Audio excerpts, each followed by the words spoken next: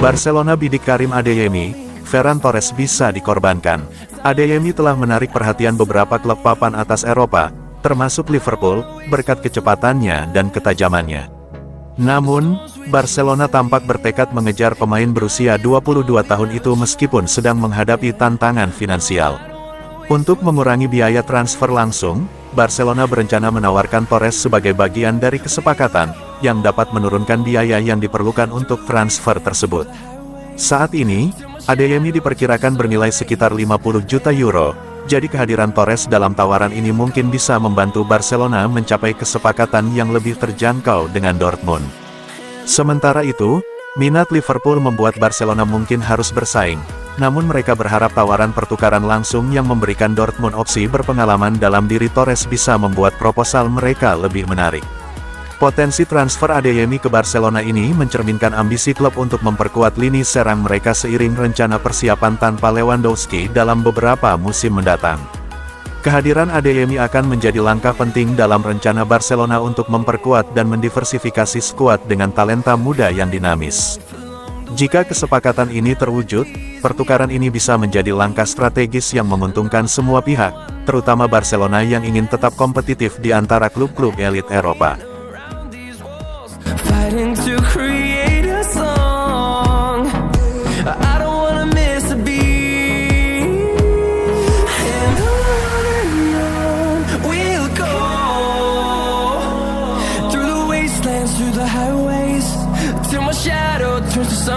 Sudah segini hebat, Lamine Yamal disebut baru kerahkan 20% kemampuan. Gebrakan Lamine Yamal dimulai saat mengemas 7 gol dan 9 assist untuk Barcelona di 2023-2024. Performa menjanjikan Yamal membuat dia dipanggil timnas Spanyol untuk Piala Eropa 2024. Yamal langsung bersinar di turnamen internasional pertamanya. 1 gol dan 4 assist diciptakan Lamine Yamal untuk membantu La Roja menjadi kampiun. Performa winger berusia 17 tahun ini lantas diganjar dengan Copa Trophy pemain muda terbaik dunia, dan finish ke-8 dalam daftar final Ballon d'Or 2024. Sepak terjang cemerlang Lamine Yamal berlanjut di musim ini. Sudah 6 gol dan 8 assist diciptakan Yamal dalam sukses Barcelona memimpin La Liga dan membuka peluang lolos ke fase knockout Liga Champions. Ayah Lamine Yamal, Nasrawi, mengatakan putranya baru mengeluarkan 20% kemampuannya. Dia juga berekspektasi bahwa Lamine akan memenangi tidak hanya 1 Ballon d'Or. Saya tidak terkejut dia dinominasikan untuk Ballon d'Or. Anda baru melihat 20% dari apa yang bisa dia lakukan. Bagi saya, dia itu seorang pemain nomor 10, bukan seorang winger. Dia punya skill dan mentalitas untuk bermain di tengah, di belakang striker seperti Zinedine Zidane. Anda akan melihatnya. Saya mengusap kedua tangan saya dan memikirkan tentang beberapa Ballon d'Or yang akan dia menangi, cetus Nasrawi Yamal.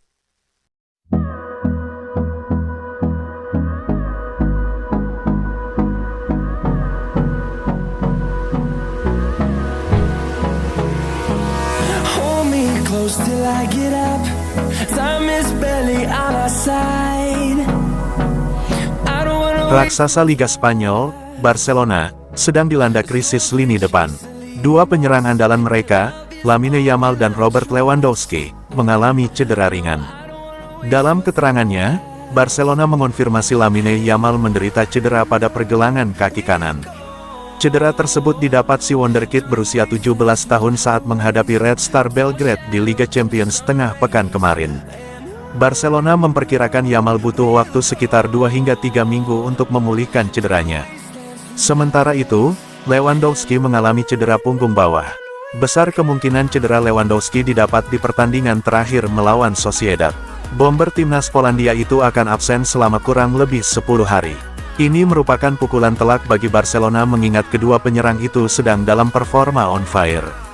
Meski begitu, sejumlah penggemar Barcelona justru senang saat membaca pengumuman cedera Yamal dan Lewandowski.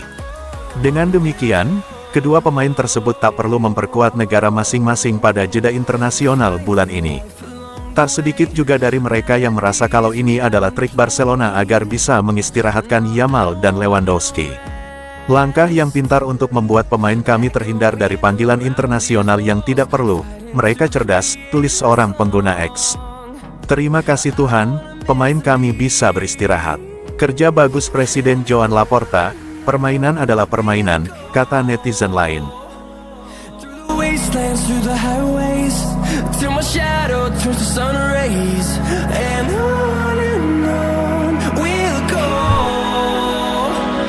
Through the wastelands, through the highways, and on we'll go. Frenkie de Jong akhirnya main untuk Belanda, Ronald Koeman sindir Barcelona.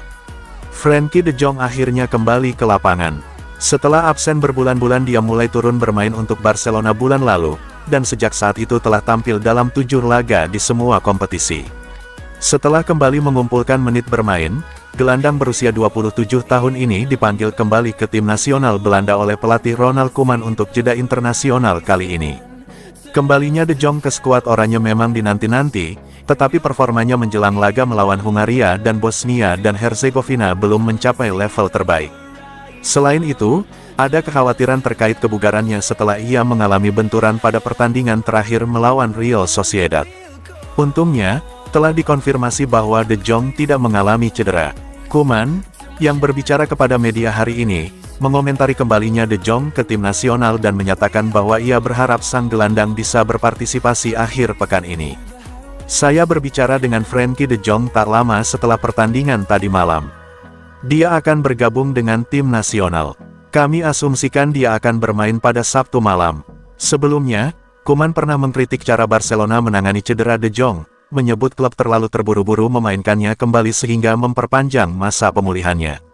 Menurut pendapat saya begitu, karena saya tahu bagaimana kondisinya sebenarnya. Dan akhirnya terbukti benar, karena dia tidak fit selama 8 bulan. Jadi saya benar.